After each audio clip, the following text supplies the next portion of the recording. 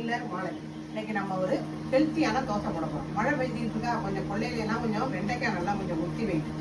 அந்த முத்தின வெண்டைக்காயை வச்சு ஒரு தோசை ஊற்ற போகிறோம். இங்கே பாருங்க, ஒரு பிளேட்டு வெண்டைக்காய் அதை உரித்து விதையாக எடுத்தாச்சு.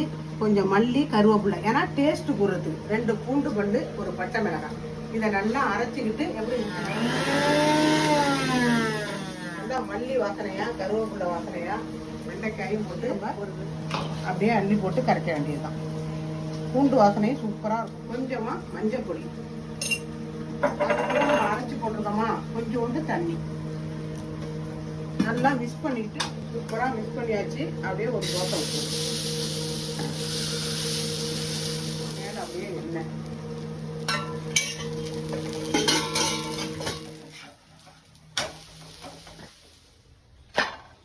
சூப்பரான வெண்டைக்காய் தோசை ரெடி. அதுக்கு ஒரு கார சட்னி.